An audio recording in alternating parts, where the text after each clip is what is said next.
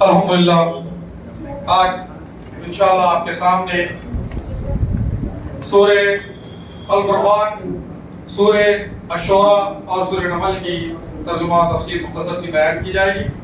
سورہ الفرقان قرآن پاک کا 25واں سورہ ہے اور اس میں 77 آیات اور 6 رکوع ہیں۔ الفاظ 896 ہیں اور حروف 3786 ہیں۔ رب الجلال والاکرام نے اس میں ارشاد فرمایا ہے، روز قیامت مشرکین و کفار کے سارے اعمال کو ذرہ ذرہ بنا کر بکھیر دیا جائے گا۔ پھر اہل جنت کا مقام بتایا گیا ہے کہ روز قیامت وہ بہترین مقام پر ہوں گے اور باعزت گفتگو کیے جائیں گے۔ کافروں کے افسوس کا تذکرہ کیا گیا ہے کہ قیامت کی ہولناکی اور تکلف اور اہل ایمان کی کامیابی کو دیکھ کر افسوس کے مارے اپنی انگلیاں مسلتے ہوئے کہیں گے کہ اے کاش ہم رسول کی بات پر ایمان لے آتے، اے کاش ہم فلاں فلاں کو اپنا معبود اور دوست نہ بناتے، ذکر کے آ جانے کے بعد میں گمراہ نہ ہوتے۔ شیطان انسان کو دھوکہ دینے والا ہے۔ پھر بتایا گیا ہے کہ روز قیامت رسول اکرم صلی اللہ علیہ وسلم سے شکایت کریں گے کہ اے اللہ، یہی وہ لوگ ہیں جنہوں نے قرآن کو مذاق بنا لیا تھا۔ یہ قرآن ایک ساتھ آپ کو اسی لیے نہیں دیا گیا تاکہ آپ کے دل کو مضبوط کیا جائے اور رک رک کر اس کی تلاوت کی جائے۔ اتنا بہترین کلام اور بہترین تفسیر کوئی اور نہیں ہے، اسی لیے اللہ نے حسب ضرورت تھوڑا تھوڑا کر کے نازل فرمایا ہے۔ پھر ہارون و موسیٰ علیہ السلام کا واقعہ بیان کیا گیا ہے۔ پھر عاد و ثمود اور اصحاب الراس گوہے والے سے مراد اصحاب الاخدود ہیں، ان کا ذکر کیا گیا ہے اور ان پر عذاب نازل کیا گیا۔ پھر فرمایا گیا کہ نفسانی خواہشات کے پیروکاروں کی مذمت کی گئی کہ اے نبی، کیا آپ نے اس شخص کو نہیں دیکھا جو نفسانی خواہشات کو اپنا معبود بنا لیا ہے، جس کا ہر کام نفس کی خوشی اور اطمینان کے لیے ہوتا ہے۔ پھر اللہ کی قدرت کاملہ کا ذکر کیا گیا ہے کہ اللہ سبحانہ و تعالیٰ نے کس طرح سائے کو پیدا کیا۔ اگر چاہتا تو سائے کو ایک جگہ رکا دیتا اور سورج کو دلیل بنا دیتا۔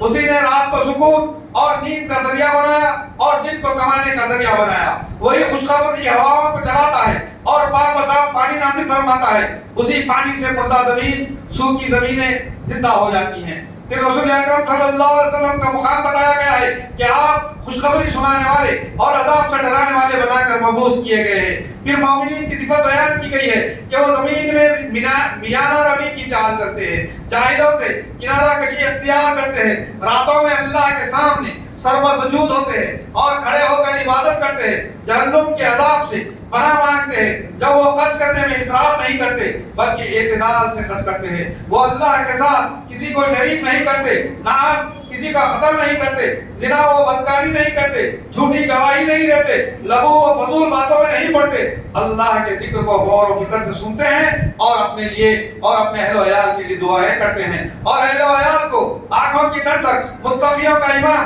اور دین کا خدمت گزار بنا۔ ایسے مومنین کے لیے جنت کے بالا خانوں کی میزبانی رہے گی اور ان کا استقبال السلام علیکم کے ذریعے سے کیا جائے گا، جو سب سے بہترین مقام ہے۔ اب یہاں سورہ الفرقان ختم ہوئی، اب آپ سورہ شورى کی مختصر سی تشریح سنیں کہ یہ قرآن کا 26واں سورہ ہے۔ اس میں 227 آیات اور 11 رکوع ہیں، 1322 الفاظ ہیں، 5517 حروف ہیں۔ یہ شورى کی شاعر کی جمع کو کہتے ہیں۔ اس صورت میں شاعروں کی برائی بیان کی گئی ہے، اس لیے اس کا نام شورى رکھا گیا ہے۔ پھر اس میں ذکر فرمایا گیا ہے کہ موسیٰ و ہارون کا واقعہ جو آپ نے سنا اس سے پہلے اس کی تفصیل بیان کی گئی ہے۔ حضرت ابراہیم کا بھی واقعہ پیش کیا گیا ہے، جبکہ انہوں نے اپنے قوم کو بت پرستی سے باز رہنے کی تلقین کی تھی۔ پھر نوح علیہ السلام کی قوم کا تذکرہ کیا، قوم عاد کا تذکرہ کیا، صالح و ثمود کا تذکرہ کیا، اور لوط اور ان کی قوم کا تذکرہ کیا، قوم شعیب کا اللہ نے تذکرہ کیا۔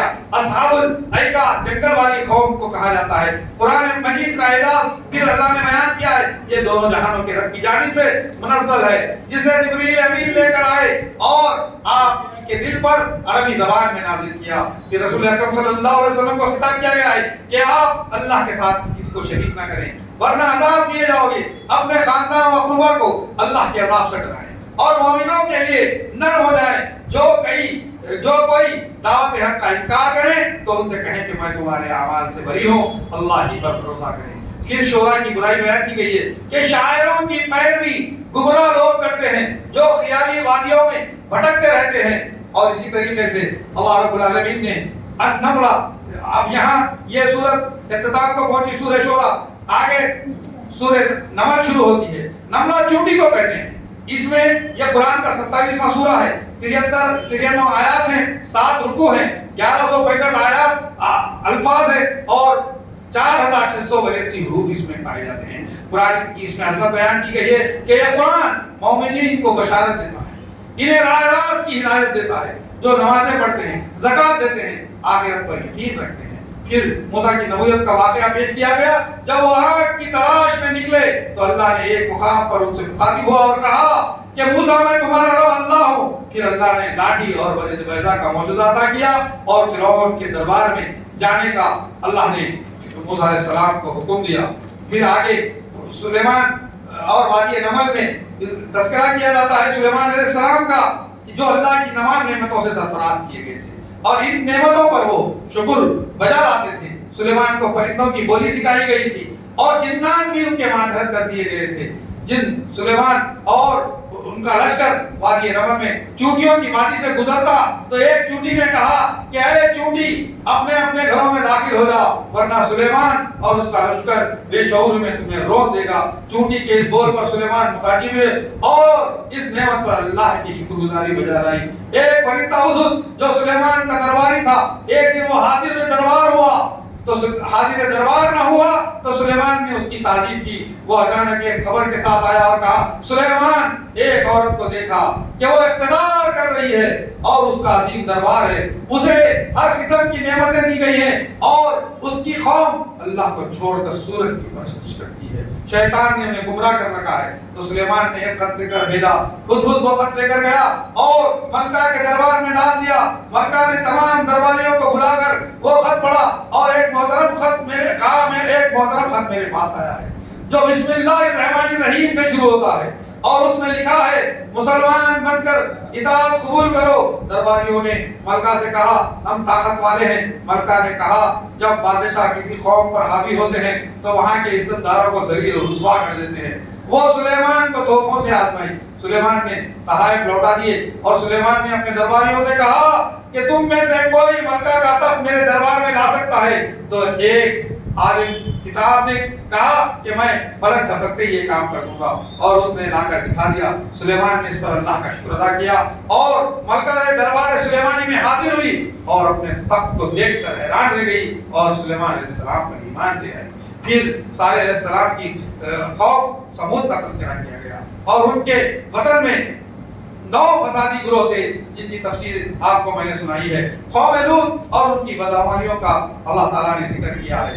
اور پھر رسول اکرم صلی اللہ علیہ وسلم کو حکم دیا گیا ہے کہ آپ کہہ دیجئے کہ تمام تعریفیں اللہ کے لیے ہیں اور مومنین پر سلامتی ہے۔ پھر توحید الوہیت کا اقرار کرایا گیا کہ زمین و آسمان کو کس نے پیدا کیا ہے۔ اسی طریقے سے رب ذوالجلال والاکرام نے نبی اکرم صلی اللہ علیہ وسلم کو حکم دیا ہے کہ آپ مردوں کو سنا نہیں سکتے، گونگوں کو اپنی بات بتا نہیں سکتے، اندھوں کو رہنمائی نہیں کر سکتے، کیونکہ یہ لوگ دعوت حق سے منہ موڑ کر بھاگ رہے ہیں۔ آپ کی بات تو وہ لوگ سنتے ہیں جو ایمان لا کر مسلمان ہو گئے۔ پھر دابۃ الارض کا تذکرہ کیا گیا ہے کہ قیامت سے پہلے ایک جانور پیدا ہوگا جو لوگوں سے گفتگو کرے گا۔ پھر رسول اکرم صلی اللہ علیہ وسلم کو اس بات کا حکم دیا گیا ہے کہ آپ اعلان کر دیں کہ مجھے اس شہر مکہ کے پروردگار کی عبادت کا حکم دیا گیا ہے اور مجھے حکم دیا گیا ہے کہ میں فرما بردار مسلمان بن جاؤں اور یہ کہ میں قرآن مجید کی تلاوت کرتا رہوں۔ آپ کہہ دیجئے کہ تمام تعریفیں اللہ ہی کے لیے ہے، اللہ بہت سے نشانیوں کو دکھانے والا ہے تاکہ تم اسے پہچان لو، اللہ تمہارے اعمال سے غافل نہیں ہے۔ الحمدللہ یہاں 29واں پارہ مکمل ہوا، کل 20ویں پارے کی تشریح آپ کے سامنے پیش کی جائے گی۔ السلام علیکم۔